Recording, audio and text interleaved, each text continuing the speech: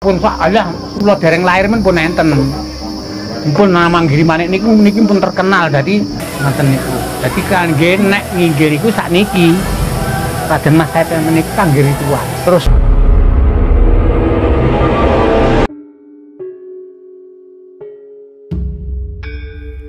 Assalamualaikum warahmatullahi wabarakatuh. Sobatku semuanya, meneruskan perjalanan langkah kakekku di dalam penelusuran tentang situs-situs sejarah dan juga tempat-tempat terindah di bumi Nusantara ini.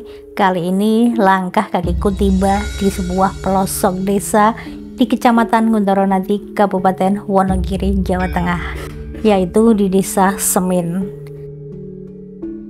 Dan kali ini aku akan menuju ke sebuah tempat di mana di perkampungan ataupun di desa itu pasti memiliki satu ataupun dua yang dinamakan punden desa ataupun danyangan. Nah, kali ini aku akan mencari di mana letak daripada punden maupun danyangan yang ada di Desa Semin ini.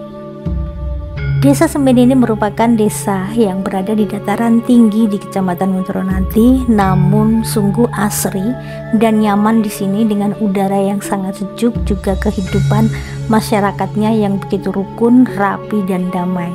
Suasana yang sangat indah sekali di tempat ini, dan aku akan mencari di mana letak danyangan dari desa ini.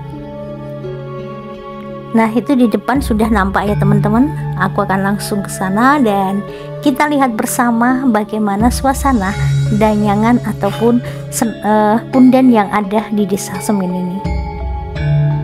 Punden yang ada di Desa Semin ini letaknya sangat strategis ya. Ini ada jalan, di ujung sini juga jalan, dan sebagai halnya pada umumnya sebuah danyangan ataupun punden, simboliknya adalah pohon besar yang usianya udah ratusan tahun.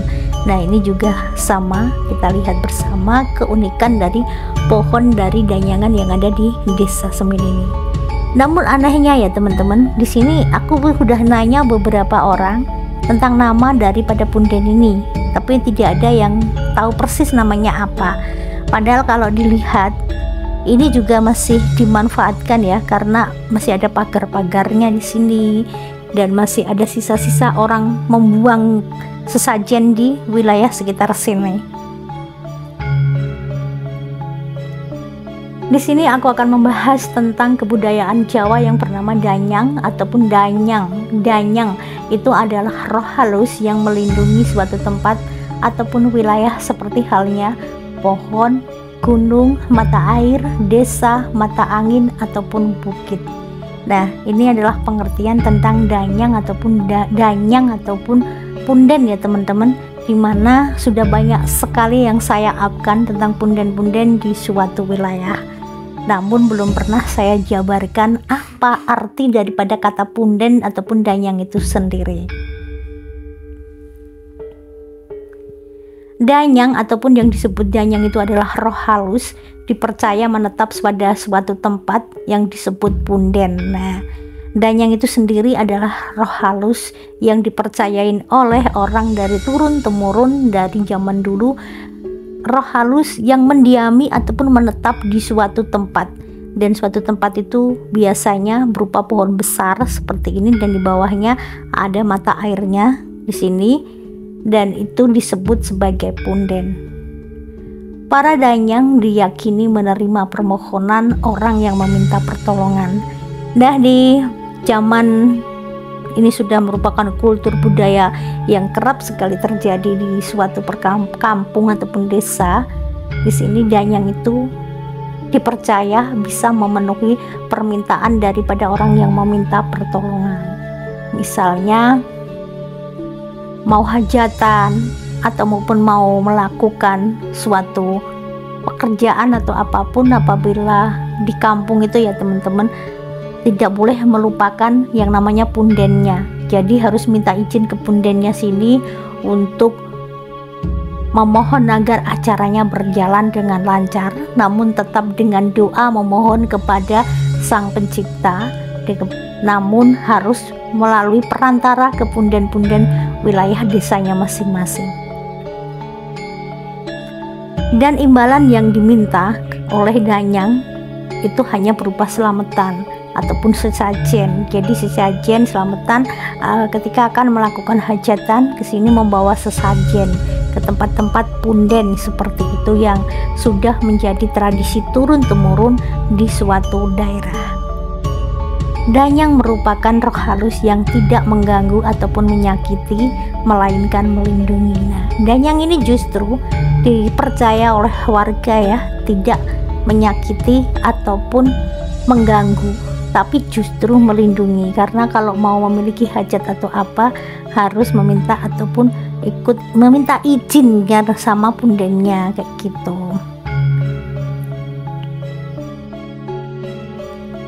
Dipercaya lagi turun-temurun oleh kebudayaan yang sudah beredar ataupun sudah mendarah daging suatu daerah ya. Danyang itu sebenarnya sendiri dipercayakan adalah roh daripada tokoh pendahulu ataupun leluhur sebuah desa yang sudah meninggal. Para leluhur itu adalah pendiri desa ini. Pendiri desa itu ataupun orang yang pertama kali membuka lahan suatu desa.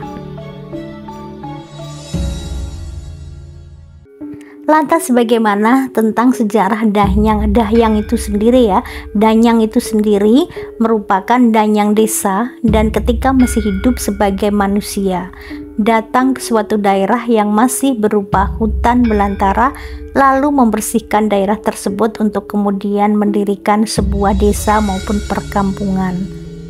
Danyang tersebut kemudian berperan menjadi lurah ataupun pemimpin desa tersebut.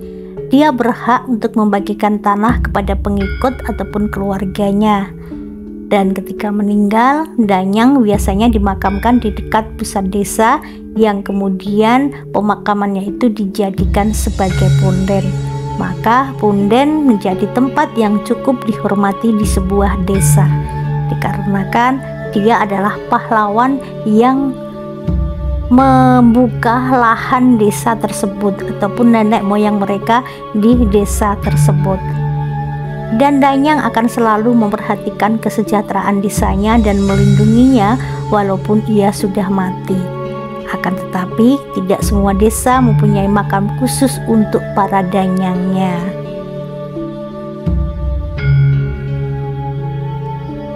Danyang dan pulung.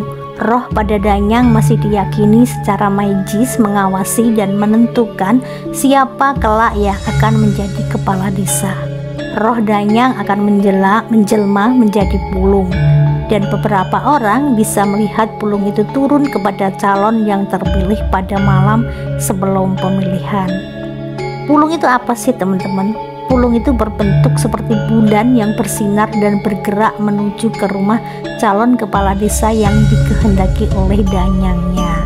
Nah, ceritanya itu seperti itu ya teman-teman. Jika di sebuah desa akan melakukan pemilihan desa, tidak sembarang ya yang akan terpilih menjadi kepala desa. Pada zaman dulu itu seperti itu.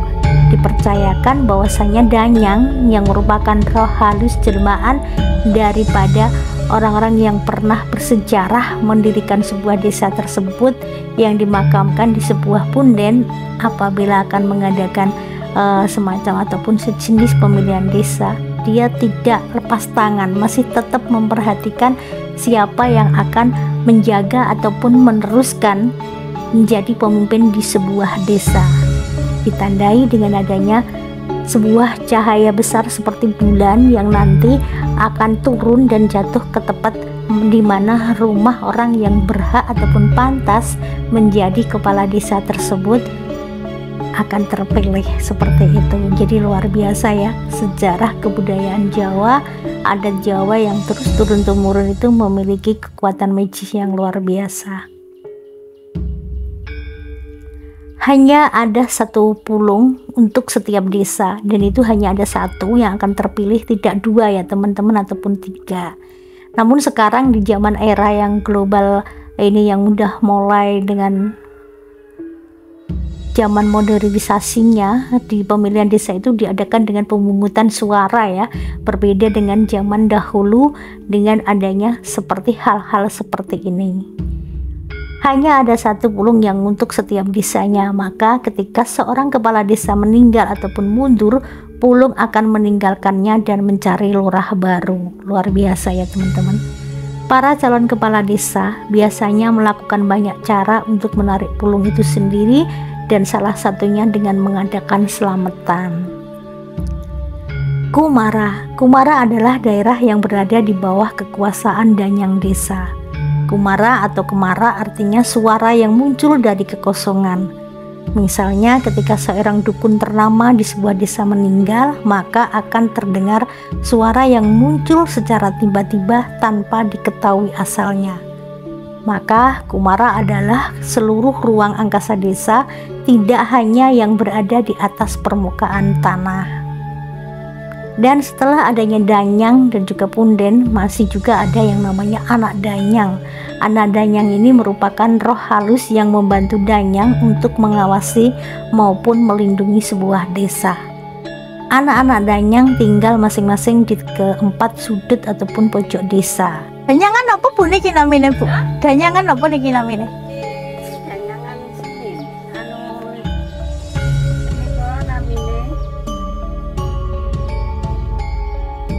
Tak inggil kok, kariem. Oh, nah, wonten nginggil. Enten. Nika teng nginggil mriko bu. Nggih.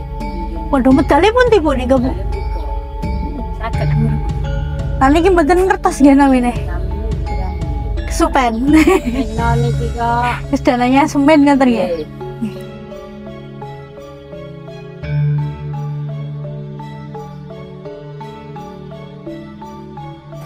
Yang pas-pas itu sing Ring perso nggih bu nggih.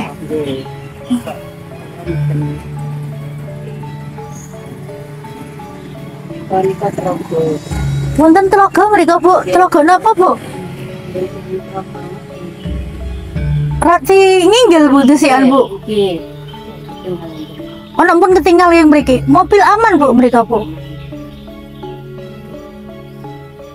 Tembalong teng anu. Teng balong wonten muter nggih bu mobil nggih. Ya, Nggih muter saged nggih nggih. niku nggih saged. Oh nggih. Nggih. Suwun ibu nggih. Enggak. Nggih. Pun sarapan dereng nih, ono kiri. Oh. Dereng. Luar biasa. Danyang dan animisme Jawanya ini luar biasa ya teman-teman.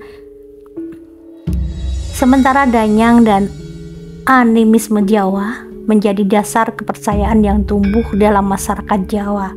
Kepercayaan ini meliputi keyakinan tentang keberadaan makhluk halus dan roh leluhur yang mendiami tempat-tempat tertentu.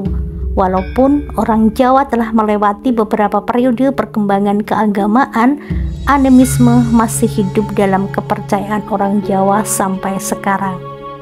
Animisme Jawa yang mempercayai keberadaan roh-roh di tempat-tempat tertentu mengelompokkan makhluk halus menjadi 3 jenis, yaitu danyang, lelembut, dan roh leluhur atau yang sudah meninggal. Danyang dan upacara adat Jawa sendiri itu ada, di mana upacara adat Jawa yang berupa ritual untuk menghormati danyang sebagai pelindung desa diadakan pada bulan Suro dan Ruah. Tujuan acara ini adalah membangun hubungan dengan dunia roh, terutama roh danyang desa sendiri.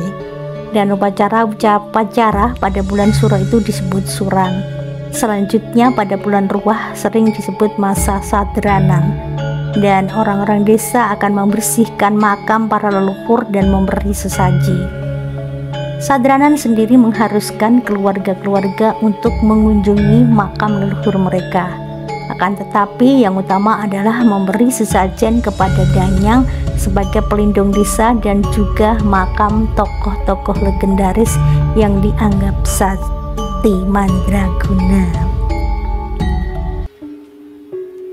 Sementara itu masih ada banyak makam sesaji untuk para leluhur yang berupa bubur dicampuri biji kecipir, jagung, kacang, koro, dan masih banyak lagi di sana sebagai tempat, sebagai sesajen yang diberikan kepada danyang di punden. Nah, demikian teman-teman semuanya, sekilas tentang pengertian tentang danyang ataupun punden yang selalu ada di setiap desa maupun wilayah sebuah perkampungan, terutama di Pulau Jawa.